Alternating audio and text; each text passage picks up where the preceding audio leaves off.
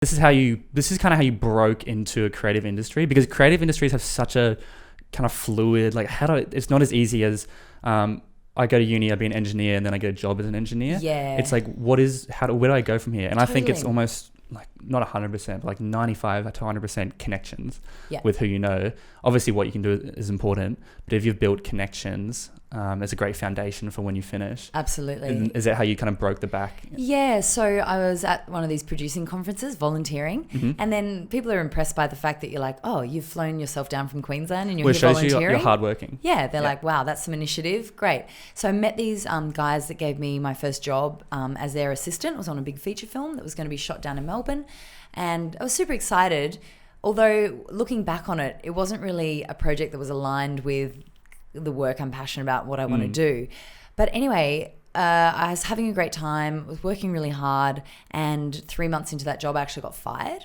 And it was the shock of my life at that point. Like, I had never failed at anything before. I'd been like, just riding a good wave, I suppose, until that point. And it was just such a shock to me. I was absolutely devastated. And I remember thinking, oh my gosh, my career is over. Like, I'm never going to get another job ever again. But it was actually the best thing that, so often these things are the best thing that happened 100%. To you.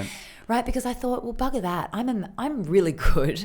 Like, that wasn't warranted or whatever. Maybe I wasn't the right fit for that project, whatever. But it made me so hungry and determined to prove how good I was. Yeah. So I literally packed up from Melbourne that weekend. I drove up to Sydney, stayed on a friend's couch, and reached out to all of my contacts that I'd built up over the years from my different like events and volunteering and a lot of change making people in the change making space, climate action space, and they just cast the net out for me. And within a week I had my first producing gig, and then a week later I was offered a full-time job at an agency that specialized in social impact and social change. I was like, I've literally landed my dream job because I got fired from this job that that was like not aligned with where I want to go completely. So I just think that's something to always keep in mind, is sometimes the worst things that happen to you for a reason are the best. Yeah.